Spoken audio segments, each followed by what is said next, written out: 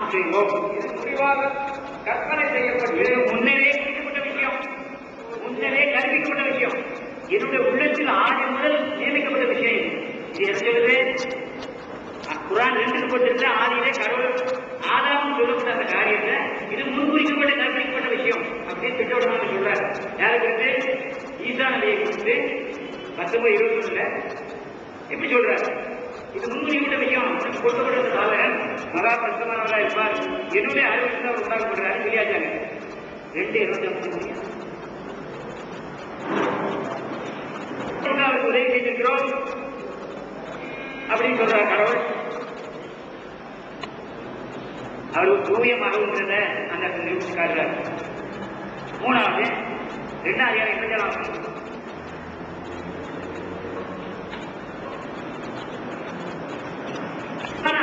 கொடுத்து பரிசுத்த ஆவியை கொண்டும் அவரை பலப்படுத்தி வைத்தோம். மனிதர்கள் ஒருவருக்கு கொடுக்கக்கூடாத ஒரு காரியம் ஈசா நபிக்கு இறைவன் கொடுத்தார்.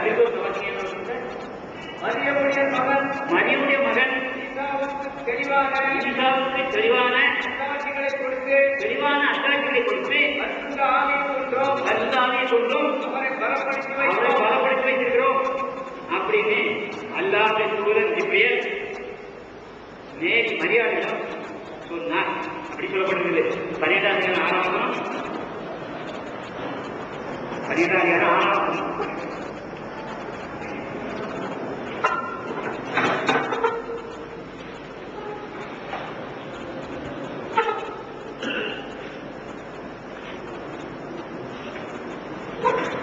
உண்மையிலும் யாக்கோபின் மற்ற குடும்பத்திலே மீதும் அவன் தன் அருளை பூர்த்தி செய்து வைப்பார். இவ்வாறு இதற்கு முன்னர் இப்ராஹிம், ஈசா ஆகிய உங்களுடைய 2 மூதாதைகள் மீதும் தன்வர்களாகி அதனை பூர்த்தி செய்து வைத்தான். அங்க யூதர்கள் சந்ததிக்கு தான் இதை பற்றி சொல்லப்படுகிறது. அடுத்த சொல்லுது 66ஆம் அதிகாரம் 12 குர்ஆன் 66:12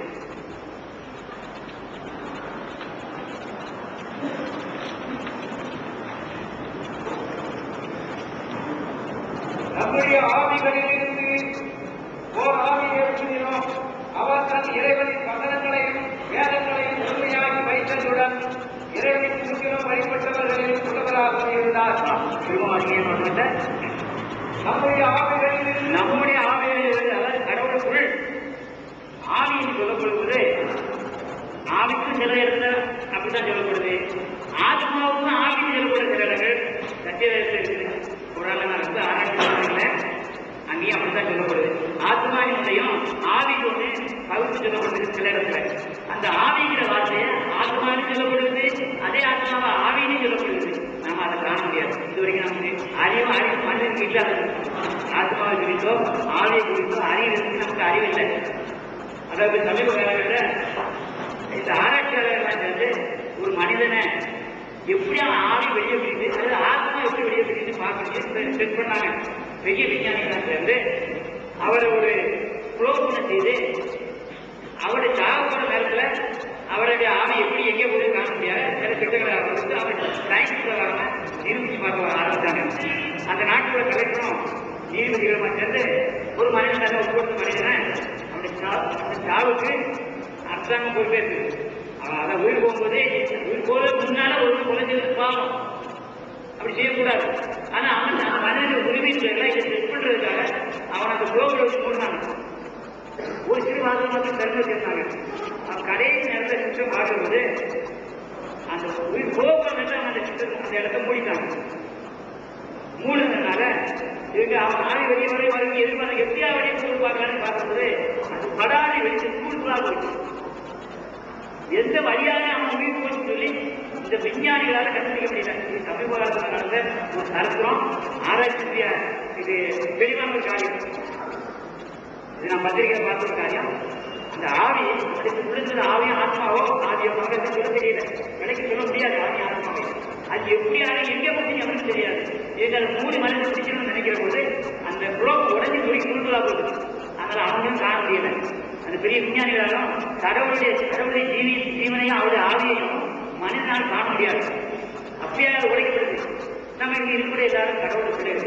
நமக்கு இது ஒரு பெரிய விசுவாசம் உண்டு, நமக்கு ஒரு ஆவி ஆத்மா உண்டு என்பது நமக்கு தெரியும். நான் இதுக்கு விளக்கம் சொல்ல அவசியம் இல்லை. நம்ம ஆவியை கொடுத்து இந்த ஆத்மா எங்க வருது யாராலும் கண்டுபிடிக்க முடியாது. பிரச்சனை கூட எடுத்து சொல்லிடுறான், அது உயர போது சொல்லிடுறான், தன்னை தந்தை தேவையான போது சொல்லிடுறான். நம்ம தமிழ் மக்கள் எல்லாம் படித்தான் படைத்தான் மாணவர் படித்தான் தன்னை வணங்க அந்த அங்கேதான் கொண்டு வந்து சொல்லிட்டு இருக்கிறாங்க எல்லாரும். நம்ம எல்லாரும் தமிழர்கள் தான், நமக்கு இந்த இடத்துல வேறுபாடு இல்லை. அப்ப ஆத்மா இங்க கண்டுபிடிக்க முடியல. இந்த இடத்துல ஆத்மா சொல்லுது 60,000 பண்ணிட்டு வரீங்க, 60,000 பண்ணீங்க. நம்முடைய ஆவியிலிருந்து ஒரு ஆவியை அவர் தன் இறைவனின் வசனங்களையும் வேதங்களையும் உண்மையாக்கி வைத்ததுடன் நம்முடைய வசனங்களையும் வேதங்களையும் அவருடைய ஆவியை எடுத்து ஊதுன போது அவருடைய தன்னுடைய வசனங்களையும் வேதத்தையும் ஞானத்தையும் மக்களுக்கு திருப்பி சொல்றாரு. யாரு? இந்த நபி, அந்த வரப்போகிற நபி, குர்ஆன் சொல்லப்படுற அந்த தூதர் சொல்றாரு. மரியத்துக்கு சொல்லப்படுது. இன்னும் அவருடைய பேரை சொல்லப்படல.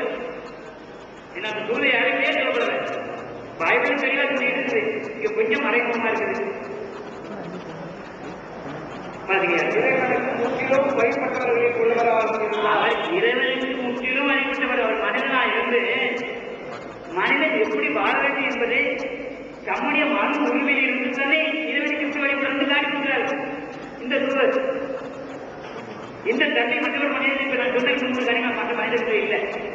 அடுத்த ஒரு காரியம் பார்ப்போம். நான் 5வது காரியம், அவர் இறை வார்த்தையானவர். 3:31 குர்ஆன் 3:39. அந்த தூதர் இறைவனுடைய வார்த்தையானவர். முன்னால பார்த்தா அவர் இறைவனுடைய ஆத்மாவானவர், அவருடைய ஆத்மா அந்த பரிசுத்தாவியானவர் சொல்லி குர்ஆன்ல ருகுனி சொல்றீங்க. எனக்கு அது சரியா சொல்ல தெரியல. ருகுனா சும்மா சொல்றாங்க. உங்களுக்கு விலகி தமிழ் தானே, நீங்க ஒரு அரபி வார்த்தை பற்றி உங்களுக்கு தெரிய முடியாது.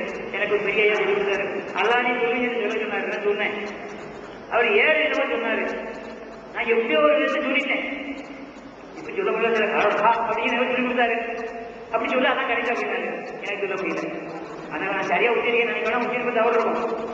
அதனால அதை உச்சரிக்க கூடாது. தமிழ் ரீதியில் சொல்ல முடியாது. நம்ம அழகான்னு சொல்ற வார்த்தை மற்றவங்களால உச்சரிக்க முடியாது. அப்படி சொல்ற மாதிரி அந்த இஸ்லாமியத்தில் உள்ள வச்ச வார்த்தைகளை நம்மளால சொல்ல முடியாது. அதனால அதை பற்றி யாரும் தடப்பட்டுக்கூடாது.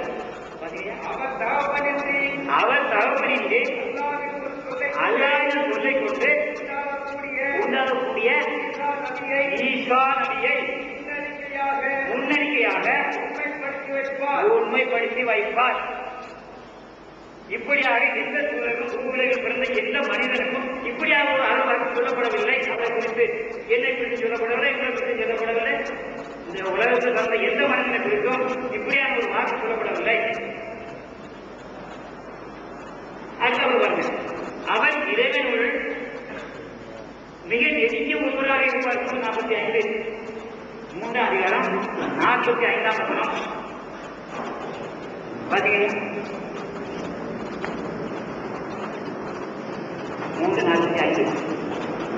அல்லாஹ் தன்னுடைய ஆளுக என்ற ஒரு சொல்லை கொண்டு, அல்லாஹ் தன்னுடைய ஆளுக அப்படிங்கிற வார்த்தையை கொண்டு உனக்கு ஒரு மகவை அளிக்கிறேன்.